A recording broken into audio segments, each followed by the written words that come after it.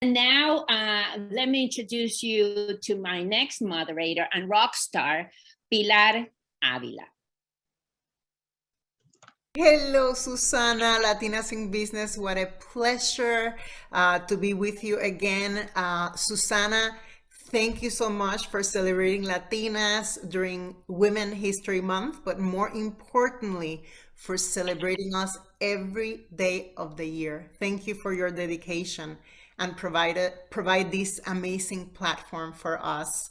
I am delighted to moderate this conversation with three distinguished leaders who have not stopped at building successful careers and businesses for their own, but in everything they do, they are opening doors and lifting others.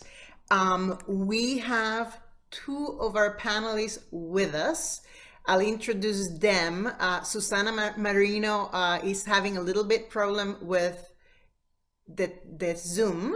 So if she joins along the way, we'll integrate her. But at this point in time, please join me in welcoming Monica Mantilla, my dear friend, co-founder of managing partner of Altura Capital. Over her career, Monica has focused on offering financial and impact returns to investors and economic progress to communities. I have personally had the privilege of collaborating with Monica for over 2 decades, and I have personally witnessed the relentless energy and intellect that she applies in all she does to change the financial system and institutions that for too long have failed to include and serve Latinas, women, and diverse people. Monica, thank you for joining us today. Thank you, Pilar, for the invitation. So glad to be here and celebrating the 2 decades that we've been working together. I cherish that. It's been a privilege and so much more to do. Yes, We are also privileged to have with us Betty Francisco, an entrepreneur, business executive, attorney, and community leader. Betty is well known as a powerful convener, change maker, unapologetic about creating visibility for Latinas and diverse leaders. As CEO of Boston Impact Initiative, Betty leads a very unique impact investment process focused on making economic justice and opportunity available to people and communities that have been abandoned by our current economic system.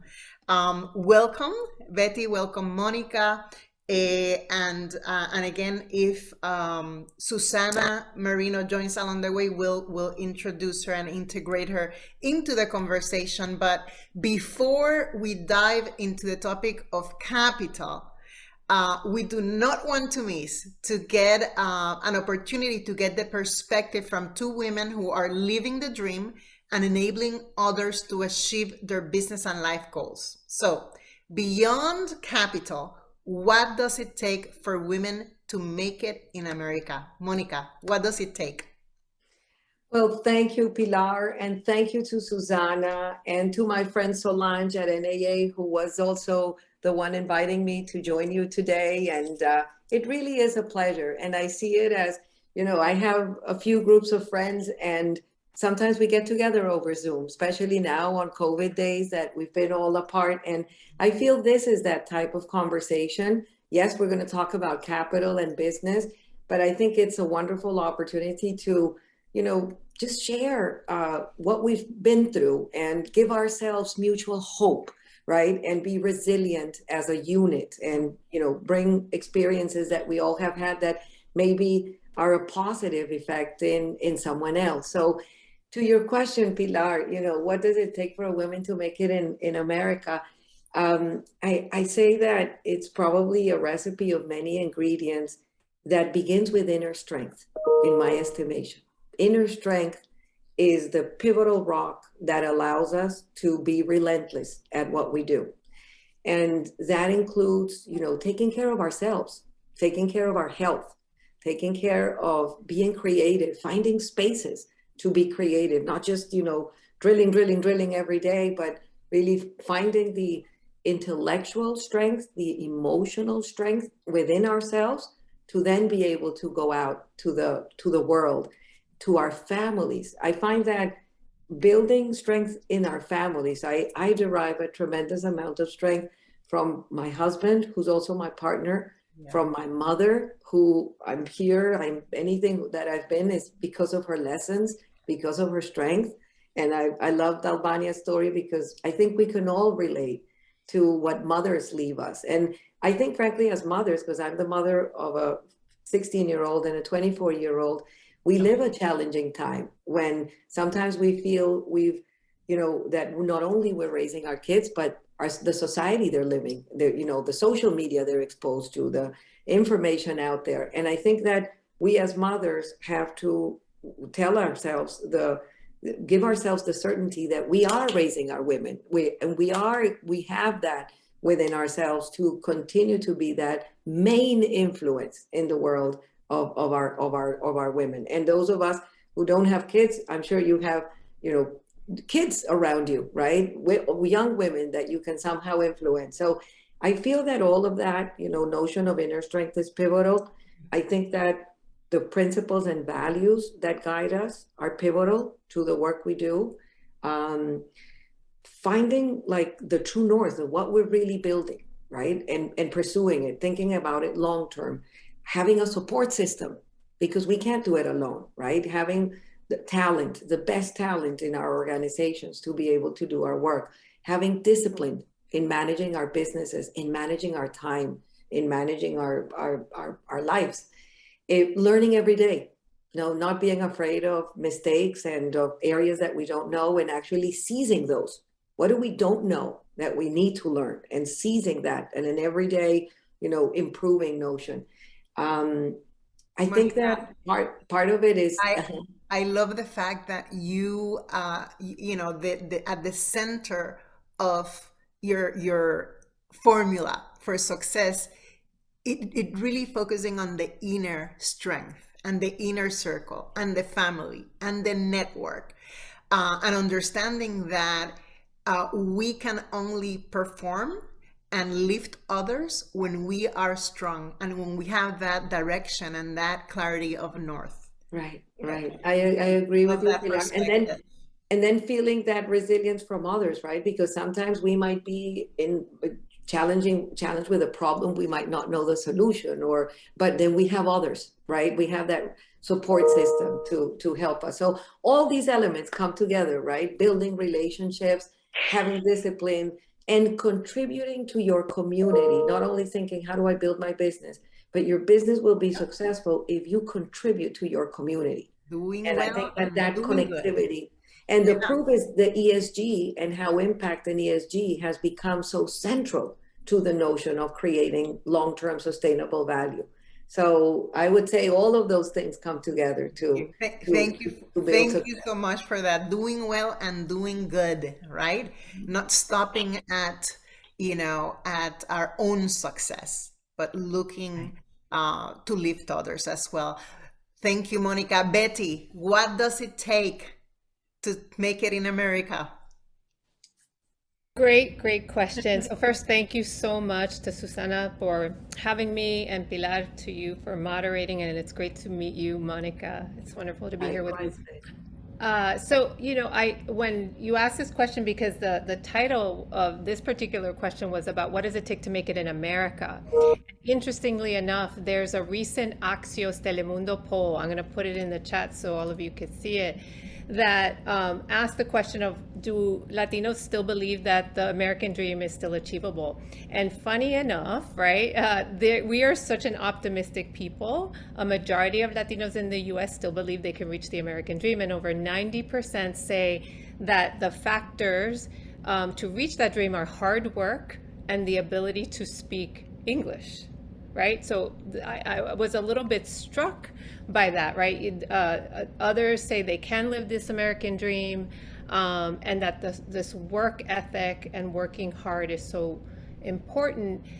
And what struck me is that in the world I live in, individual effort obviously is incredibly important. You spoke to this, Monica, but it is not enough without addressing the systemic barriers that we have in this country, right? The things that prevent Latinas from continuously moving up, from advancing in their careers, for accessing capital, right? And that's what I didn't hear so much in this survey, right? Latinos really are optimistic and believe they can transcend barriers like racism and poverty.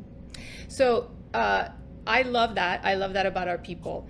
But here is what it's going to take, right? The reality is that Latinas form a significant number in the current workforce, extremely entrepreneurial, right? 6 out of 10 new businesses are started by Latinas. And there's still significant barriers, right, that they have. So one is, these are my, this is what needs to change in our country, is increasing the educational opportunities for Latinas without the burden of debt, right? That's hugely important. I went to school, law school, business school, college with no debt. And that is what helped me break the cycle of poverty for my family, literally. Career building jobs, access to those jobs. When I say career building, it's high wage jobs, livable wage jobs, those that have pathways for growth, for pathways to leadership and management, as well as pathways to ownership. Right? That's really important for us to build ownership opportunities, even within other people's companies. Access to networks, right? Those sponsors, we talk about mentors, it's the sponsors that open the doors to opportunities that help level the playing field. Because, we're so resilient, we don't want to ask for help, we don't need special favors, but we want a level playing field. And then the last is the things that we know are critical to us getting our stuff done. It's flexible work arrangements, right? When we're in a job, paid time off, right? Good health benefits. If we have children, it's caregiving benefits. And now we're caring not just for children, but also for our moms and dads and elders, los abuelitos, abuelitas, right? Like, we need full spectrum caregiving benefits. And then lastly, I think this idea of the support, we have, like, you talk about the Latino family, it's that larger extended family. And I've seen over time, like in this country, if you've emigrated here, you don't have that extended family. So you've got to rebuild that here with your networks. And forming networks of support with other Latinas, Latinos, women groups is so, so critical as well to pathways to success. And that's why we're here. To be your support, to support one another, to lift one another.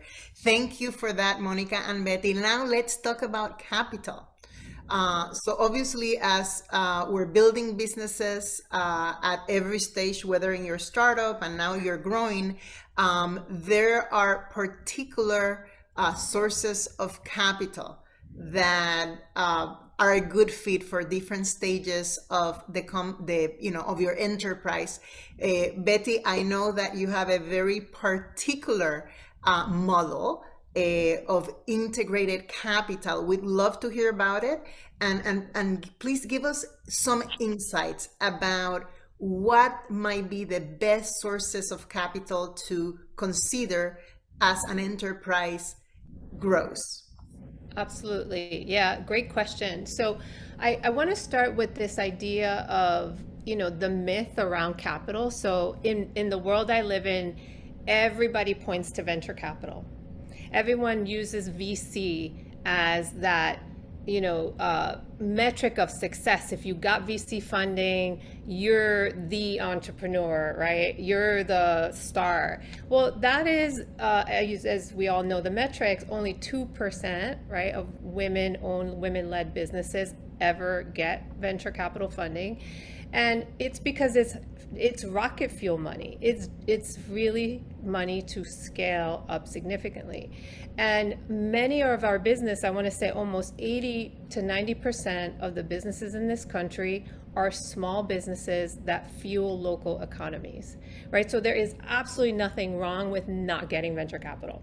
So integrated capital, which is where Boston Impact Initiative plays, is also called in some circles blended capital, full spectrum capital. It's basically taking advantage of the entire financial toolbox. It's grants, it's debt, it's equity products. And within debt, there's many ways right? To access debt, it's lines of credit, working capital lines. It's also royalty and receivables financing, which are also called contract-based financing. And in equity, right, when you move towards equity, which is actually giving up a portion of your business, there are ways to do it so that it's not as dilutive, right, as it is often with VC. So convertible notes, types of equity where maybe you structure it so you can buy it back at some point in time, right? And finding a capital partner that is willing to do that, willing to allow you to buy back your stock at a rate that's not going to be so extractive. So when we say integrated capital, it's that full spectrum capital that is looking at meeting the needs of the business, the financing needs of the business at the time. So often when businesses come to us, they're, if one already has revenue, but inconsistent revenue, right? Royalty finance is probably a great option because they have good cash flow. It's just they have cycles of it because maybe it's a seasonal business. So royalty finance allows you, to still get access to capital, but you're not paying back a fixed amount every month, which could break you if you have that seasonality, but rather you pay a percentage based on your sales every month. So it ebbs and flows based on when you actually have the cash to pay. So these are some examples.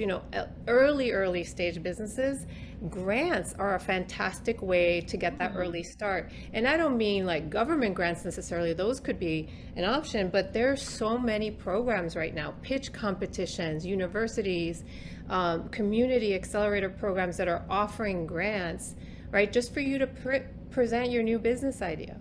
So it's just a way to tap into that. The last thing I'll say is that, I want to break this myth that debt is the only option and VC is the only option. There are many other types of capital to access, and there's different providers that you can access it with. Like the mainstream commercial bank, if your early stage is not your option, it is going to be your local community nonprofit institutions, right? Many of which are doing lending, but for micro businesses and are providing excellent terms to get you started. So that's Thank you, a Betty, little for bit those about how we insights. think about it. That's fantastic. And I would say that it's just so important to inform ourselves about all the options that are available. And, as with everything, I think it's also important to have the information before we even, are really at a stage that we need the capital to continue to grow. So thank you for these insights, particularly on these options for capital that are not what we often talk about, and we need to be more informed. Thank you for that, Monica. Let's talk about what happens when businesses grow to a level that they can aspire to go to you through your impact investment fund, small business community capital, and the Altura funds. You invest both debt and equity capital in a range of 1 to 30 million per deal to support enterprises grow. So what does Latinas and women should be mindful about? How should they prepare themselves to be a good candidate to receive investment capital? Yes, Pilar. Well, thank you. And I love what Betty said, and I totally agree with her, right? That there's all these sources of capital that vary depending on the stage of development that you're in, the industry that you're in. And so we actually did this very nice exercise at the Aspen Institute, at the Latinos in Society Initiative. And we created something that we described as the circle of life in the capital savannah. Because depending on who you are, and again, the notion of knowing who we are, then there will be certain sources of capital that apply to you, both debt, equity, and other type of resources like what Betty was describing that could be, grants or any other type of good financing that will allow you to put together a good capital structure. So in that exercise, we talked about rabbits that were, smaller companies 1 to 3 million in revenue, businesses that are really not going to expand significantly, but they are very important for that household, but that very important for that business owner. Many times it's a little family business, right? And so there's going to be certain debt and equity capital providers for that type of business. Then there's zebras, right? They're a little bit bigger. They might be 3 to 10 million in revenue, and they have a better financial position. They're bankable now. They can really go to a bank and maybe have a line of debt, and they can grow, maybe not as much as the following set, but there's something there, and there will be certain capital providers like CDFIs, like banks, like strategic partners that can provide the capital. Then there's the gazelles, which is the place where we live, right? The companies that we call gacelas in Spanish, and there's some articles I've written about it, that are those companies that are poised for growth, that can be scalable, that are going to be, they might not be today, but they have the high probability of getting to be 10 million plus in revenue. And they might be at 50, at 100, at 200, at 500, but they can scale up. They can really serve corporate needs, government needs. They might be regional, can go national. They might be national, could go global. And so those are the types of opportunities where we come in as a partner, as a capital partner, and we are flexible in terms of, is it debt, is it equity? We're trying to optimize the capital structure. And then we're providing them not only capital, but the right strategic resources, including connectivity to corporate America, understanding how to work with corporate America, opening the doors, accompanying them in the conversations to be able to create the revenue necessary to be able to have that capital coming in. So to your question, Pilar, so how do people prepare? Again, it's the notion of knowing who you are and knowing what you are able to deliver that needs to be put in a business plan, in a financial model, that you need to be so careful about how am I going to build my revenue? What's my pricing model? What's my cost structure? What are my expected margins? How can I improve my margins, right? And businesses that, if they happen to have the talent, be in the right industry, have the products and services that can be poised for growth, then we can be a great capital partner. And I tell you, frequently we find businesses that for some reason or another, they don't have all of those elements, but we always like to guide them then and say, because awareness is transformative.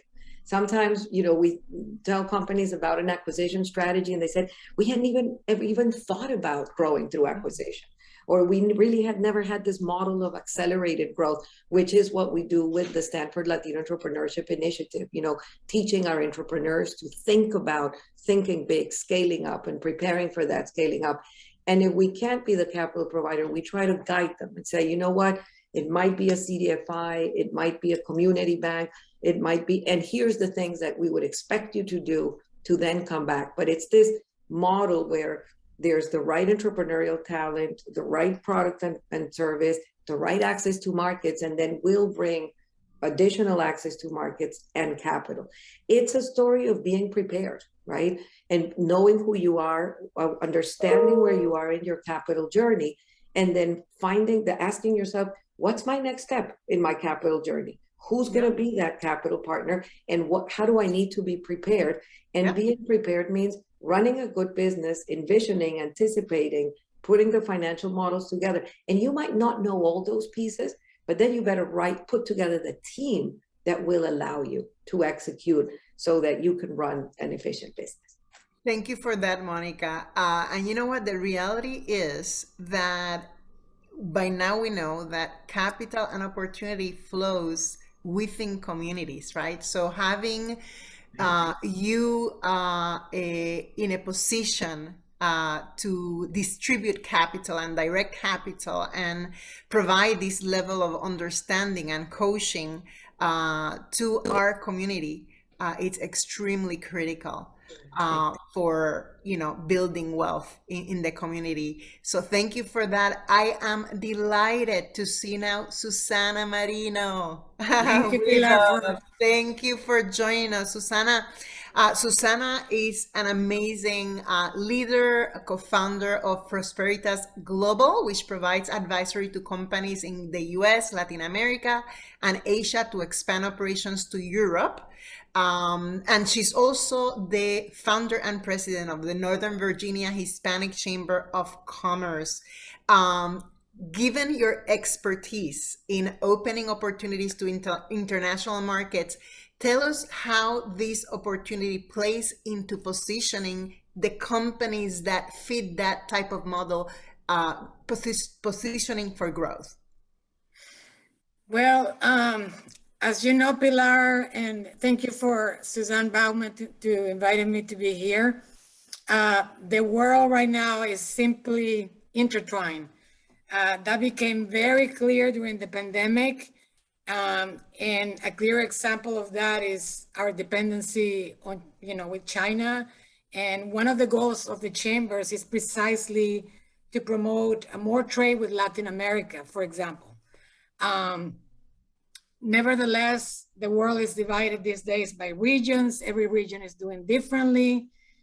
Some regions are doing better than others. And I always tell my members, don't put all your eggs in one basket. Meaning that if you're able to expand overseas, that's an opportunity. The United States has a lot of grants and resources and funding to do so.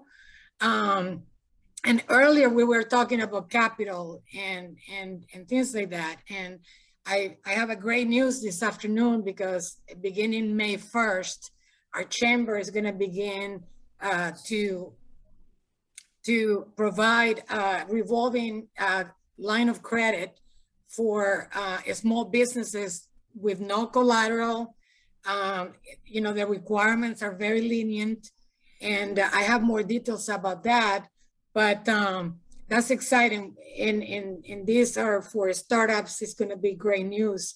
But going back to your question, it is important that once you have established your business, to think about expanding overseas, given that the world is changing every day, and there is always better opportunities in other countries than just our microcosmic universe that we're looking at every day. So, and I take the opportunity to inform the panel and the audience that on May 7th, we're going to the United Arab Emirates on a delegate business mission. And we're going to be attending the Future Innovation Summit 2022. You're all invited to join us. It's going to be very exciting. We have already meetings with the government over there, chambers of commerce and economic development agencies, as well as the private sector. And they are looking forward to fund startups and other established companies. So the information to get in touch with me will be in the chat, and I'll be more than happy to give you more details. Wonderful. Well, it is time to wrap up our session. We're so happy, Susanna, that you were able to join us and contribute this important perspective. Let's do a quick round robin for closing. Any closing remarks? Perhaps a little bit about how do we all win? How do our country win? How do our communities win when Latinas win? Betty.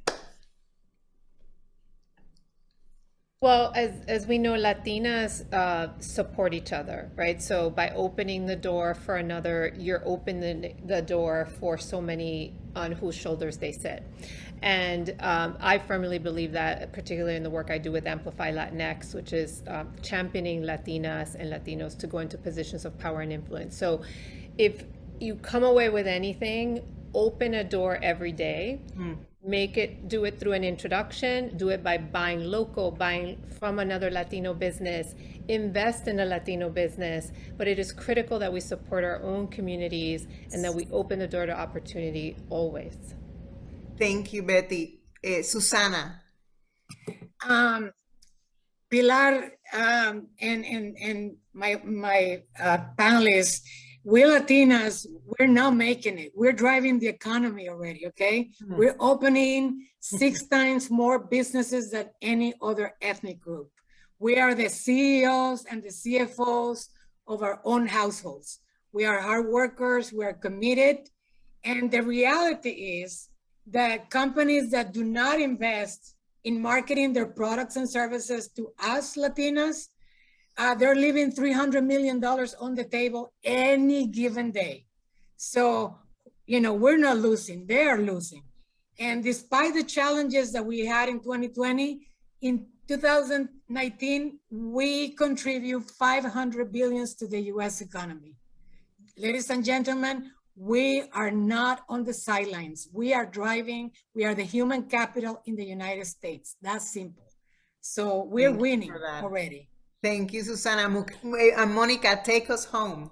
Thank you, Pilar. Well, I would finish by saying that it is imperative that we continue to build our institutions and to build lasting institutions, because institutions become the aggregator, become the voice. There are significant pools of capital that have been put out by government and by corporations. You know, 10 billion with the SSBCI program, 9 billion with the ESIP program. You have dozens of corporations saying, you know, putting out statements of billions of dollars. And it is through our institutions and our effective networks that we will be able to create a position and a structure to be able to take advantage.